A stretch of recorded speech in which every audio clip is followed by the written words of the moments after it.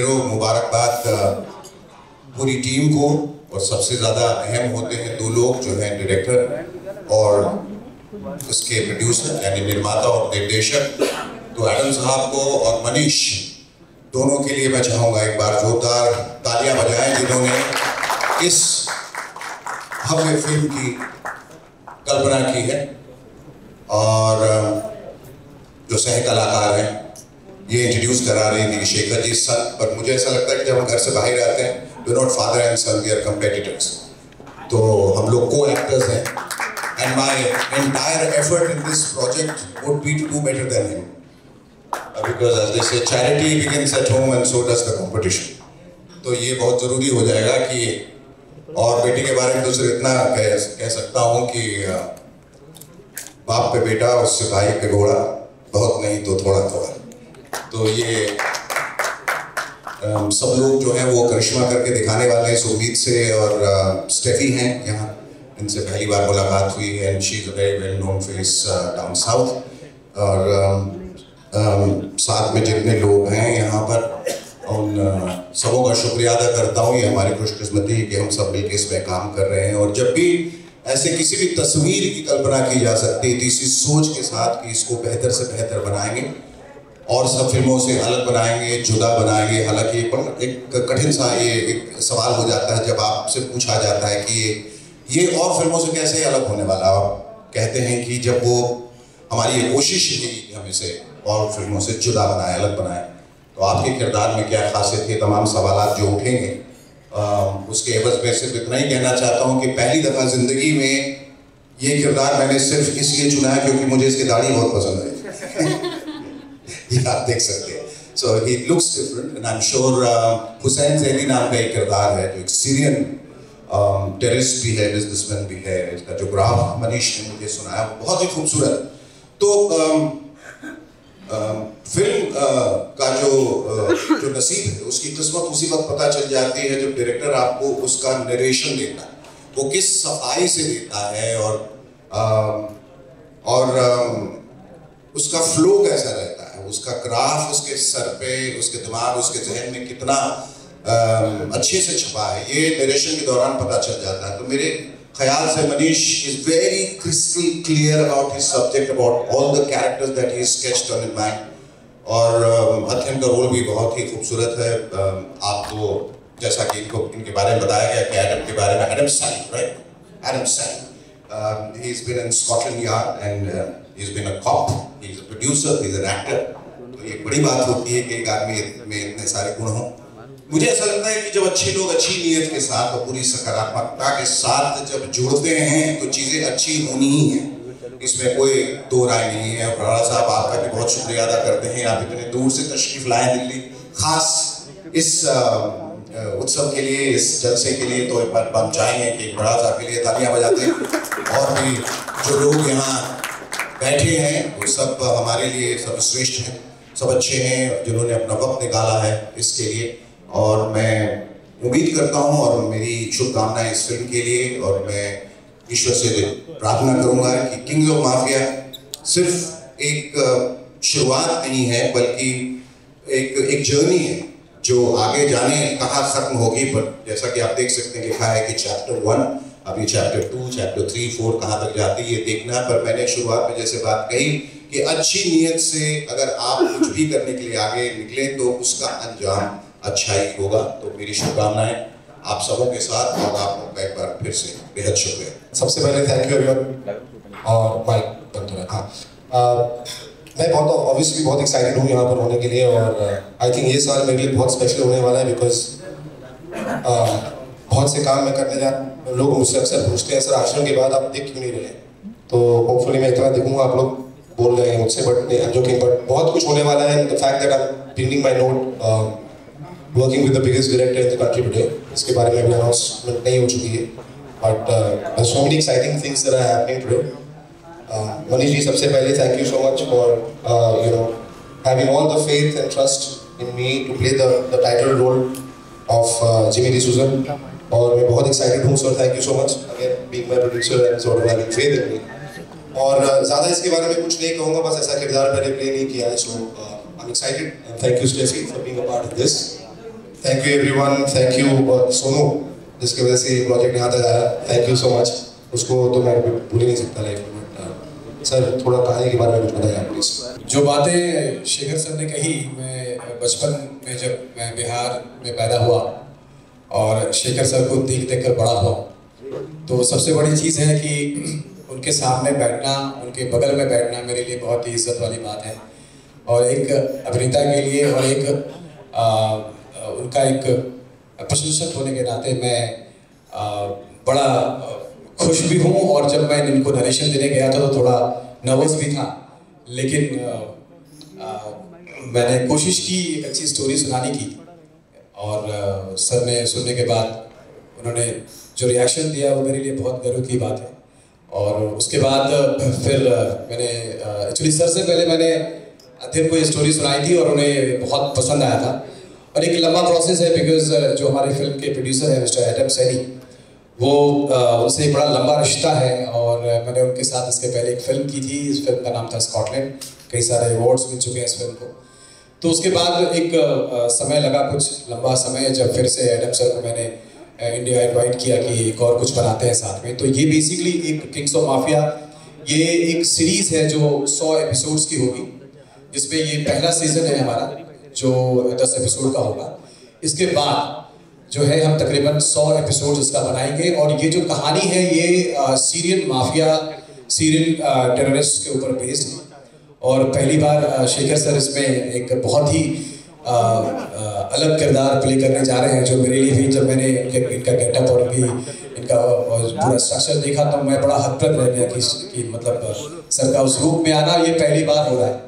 तो वो कुछ शब्द कहना चाहूँगा कि परवाह नहीं परवाज को कि पर काट लेगा कोई, कि परवाह नहीं परवाज को कि पर काट लेगा कोई, क्योंकि हम परों से नहीं हौसलों से उड़ा करते हैं।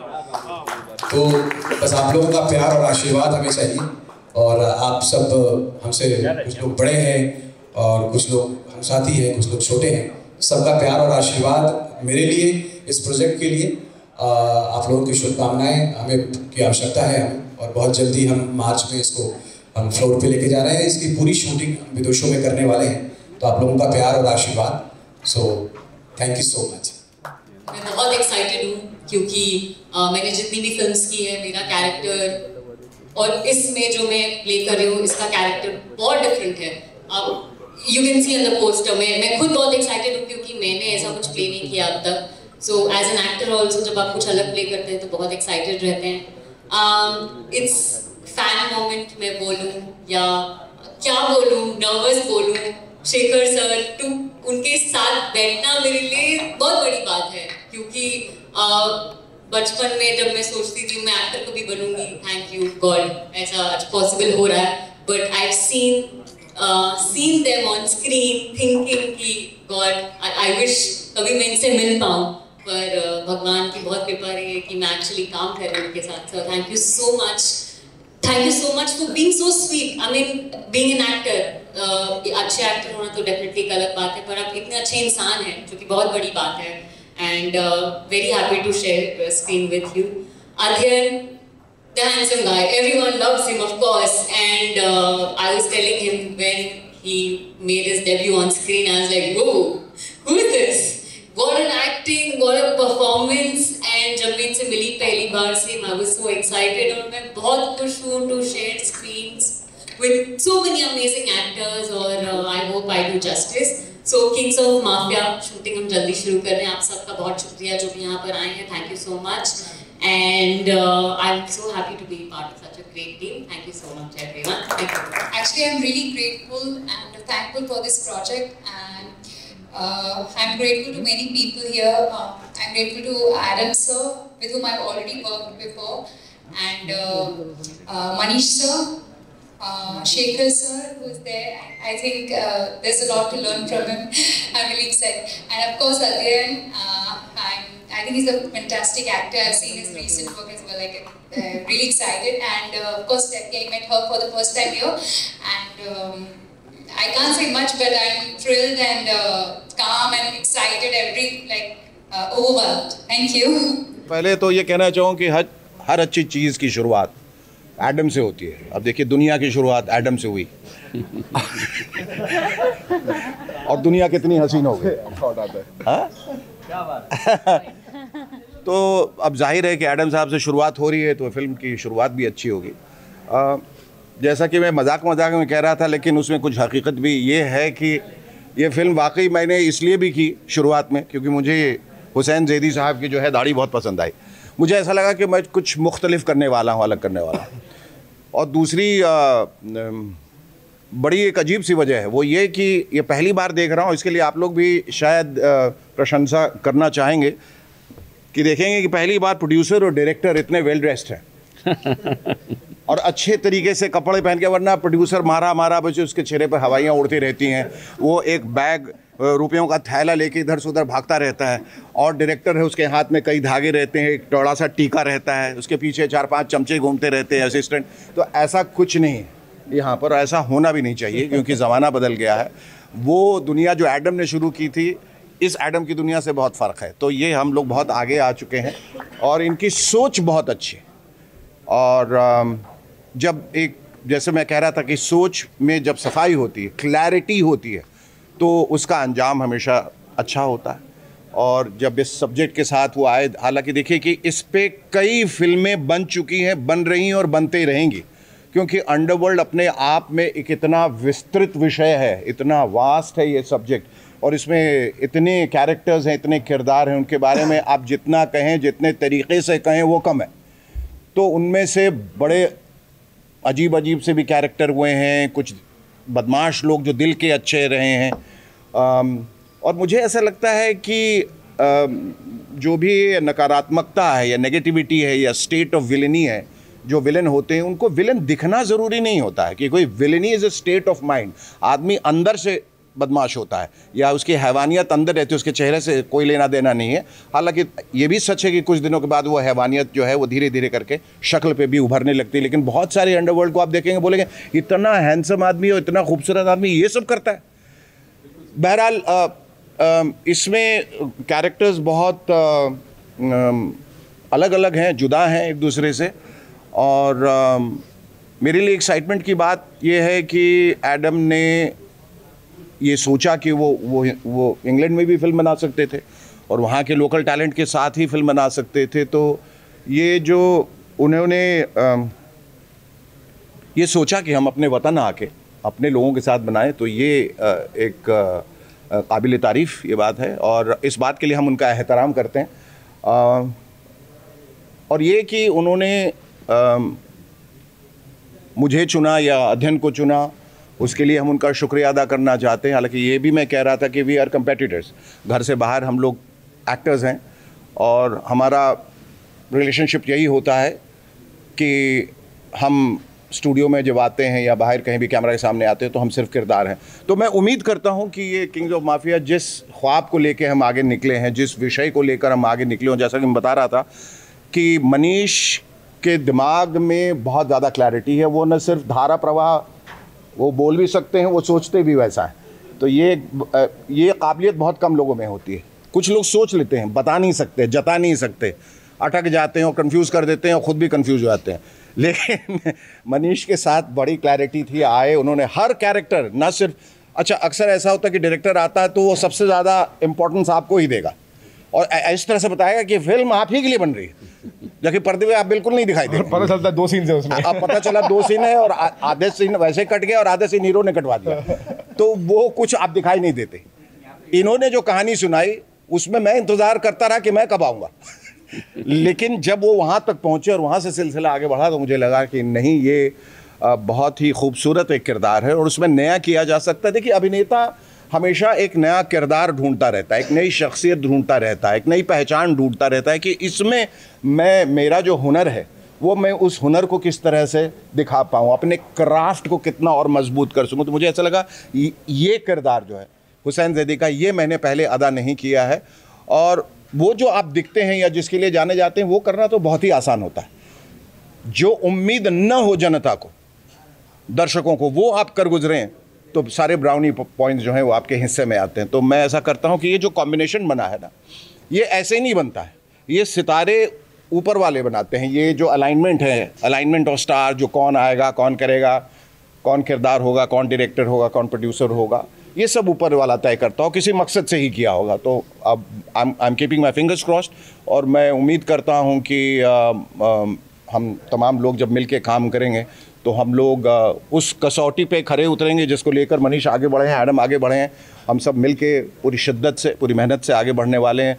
अध्ययन और मैं, ये तीसरा प्रोजेक्ट है जो हम लोग साथ करने वाले हैं। एक हार्टलेस जो मैंने डायरेक्ट की थी, एक बहुत बड़ी फिल्म जो हम लोग इस वक्त कर रहे हैं, एक बहुत बड़े डायरेक्टर के साथ जो भारतवर्ष के शायद सबसे अहम और सबसे बड़े डायरेक्टर हैं, उनके साथ कर रहे हैं, जिनके बारे में हम लोगों ने शूटिंग शुरू कर दी, लेकिन उसके बारे में अभी बोलना उचित नहीं हो क्योंकि हम लोगों को वहाँ से निर्देश नहीं मिले अभी। बहरहाल मुझे ऐसा लगता है कि एक अच्छा काम जो है दूसरे काम से अपने आप अच्छे काम से जुड़ जाता है, स्पिल ओवर हो जाता है। तो हम जहाँ जो भी कर रहे हैं, जो भी सीख रहे हैं, वो सब का समावेश जो है इसमें दिखाई देने वाला है। और एक बार फिर ईश्वर से प्रार्थना करते हैं कि ये जिस मकसद से हम आगे बढ़ रहे हैं उसमें हम कामयाब हो। बाप हमेशा नेगेटिव ही रहता है। आई थिंक सर, नेगेटिव हो या पॉजिटिव हो, आई थिंक जैसे यहाँ पे सबका सपना रहा है उनके साथ काम करने का, मेरा भी रहा है हमेशा। और हार्टलेस में ही प्लेड माय फ्रेंड, और जब मनीष भाई ये स्क्रिप्ट लेकर आए मेरे पास तो बहुत धीरे से इन्होंने मुझे बात की। अच्छा, मैं क्या सोच रहा था कि सब कुछ ठीक है, शेखर जी को ला सकते हैं क्या? तो मैंने बोला भाई वो एक इंडिविजुअल एक्टर है और जब तक उनको स्क्रिप्ट और अपना रोल पसंद नहीं आएगा तब तक बेटा भी कुछ नहीं कर सकता घर पर, और that's how we keep it usually. फिर उनकी नरेशन इनके साथ हुई, इन्हें रोल बहुत पसंद आया। ना थैंक मनीष भाई ऑफ कोर्स कि उन्होंने एक क्लीशे कैरेक्टर हम दोनों को नहीं दिया जहाँ पे वो बाप और मैं बेटा हूँ। आई नो, यू नो, उनका बस चले तो मुझे बाप बना दे, इनको बेटा बना दे, जैसे ही लगते हैं आजकल। But thank you sir for doing that. और एक्टर्स के लिए वो भी गलत नहीं है हाँ, करना। तो पापा में तो वही हुआ था।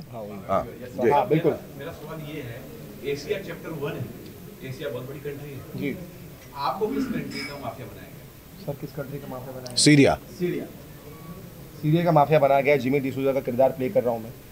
अभी ज़्यादा हम लोग नहीं कह सकते। मैंने सीरिया में आप जैसे जानते हैं कि एक सिविल अनरेस्ट बहुत दिनों से चल रहा है, और एक रिपब्लिकन स्टेट होने के बाद वो अभी एक मिलिट्री डिक्टेटरशिप की तरफ बढ़ चुका है। और जो सामाजिक हालात हैं वहाँ, जो राजनीतिक हालात हैं, उसमें बहुत सारे ऐसे किरदार जो हैं वो उभर के आए हैं। उनमें से ये ऐसे दो हैं जो ऐसे माहौल का फ़ायदा लेके अपने मकसद के लिए काम करते हैं। तो मेरे ख्याल से पृष्ठभूमि जब इतनी खूबसूरत हो जाती है, जहाँ पहले इस तरह का बैकग्राउंड नहीं दिखा है, तो कैरेक्टर्स भी बहुत ज़्यादा सजीव हो जाएंगे और थोड़े अलग होंगे जो किरदार अभी तक आप देखते आए हैं पर्दे पर। आप जब हॉलीवुड की मूवी देखते हैं, वो जो हिंदी में डब होती है, तो आप उसमें वो देखते हैं ना, आपकी लैंग्वेज है, तो डजंट मैटर, कैरेक्टर को हमें प्रेजेंट करना है ना, वो किसी कंट्री का भी हो। तो ये एक ब्रेक करना चाहते हैं जो लोग सोचते हैं कि नहीं, मैं मोरक्को जब मैं गया था, वहाँ देखा वो सास भी बहू देख रहे थे जैसे, पर उनकी अपनी लैंग्वेज में। हाँ, तो ये लैंग्वेज ये है कि आप जो प्रेजेंट कर रहे हैं वो इम्पोर्टेंट है, नॉट लैंग्वेज। तो उसी लैंग्वेज बोलेंगे, हिंदी में बोलेंगे और इंग्लिश में बोलेंगे, पर लोकल टैलेंट यूज़ करेंगे, उनका लोकल होगा। आप जैसे पर पहरावा और दिखने में हम कोशिश करें कि उनकी तरह दिखें या वो वेशभूषा हम अपना सकें जो वहाँ पहनी जाती है। और मुझे ऐसा लगता है कि भाषा पे भी थोड़ा हम काम करेंगे, थोड़ा हाँ करना ही है उस पर, और उसको एक अलग पहचान देने की ज़रूर कोशिश करेंगे। पर इतना भी नहीं कि वो हिंदी फिल्म ही नहीं लगे, फिर कुछ और लगने लगे और उसको वापस हिंदी में डब करके लोग देखें। बहुत खुश हुआ आज, क्योंकि साल का पहला महीना है, न्यू ईयर की शुरुआत वैसे हुई है। मतलब साल में आई थिंक मैं पहली बार अभी आई हूँ बॉम्बे इस साल। सो वेरी एक्साइटेड, क्योंकि ये कैरेक्टर बहुत डिफरेंट है मेरे बाकी फिल्म से। मैंने बाकी जितने भी साउथ में फिल्म्स की हैं, ऐसा कैरेक्टर मैंने कभी प्ले नहीं किया है। मेरे मोस्ट ऑफ द कैरेक्टर्स हैं cute, Babli, girl next door. इसमें आप देख रहे हैं लुक से ही थोड़ा अलग, और क्योंकि किंग्स ऑफ माफिया है तो of course around mafia, gangster, इसी के आसपास स्टोरी है, कैरेक्टर्स हैं। तो मैं भी I am also playing one of them. अभी एग्जैक्टली क्या है वो मैं रिवील नहीं कर सकती हूँ, तो मनीष सर ही बताएंगे कि कितना बता सकते हैं। बट सर मैं बहुत एक्साइटेड हूँ, क्योंकि ऑब्वियसली एज एन एक्टर जब आप कुछ अलग करते हैं तो आप एक्साइटेड होते हैं, खुश होते हैं, नर्वस होते हैं। तो मैं भी वैसा ही फील कर रही हूँ। आई होप कि I give justice to the character, and nervous definitely हूँ क्योंकि I am sharing screen with such amazing, great actors. So, but Bhagwan ji, please give me your Shakti. I'll do it.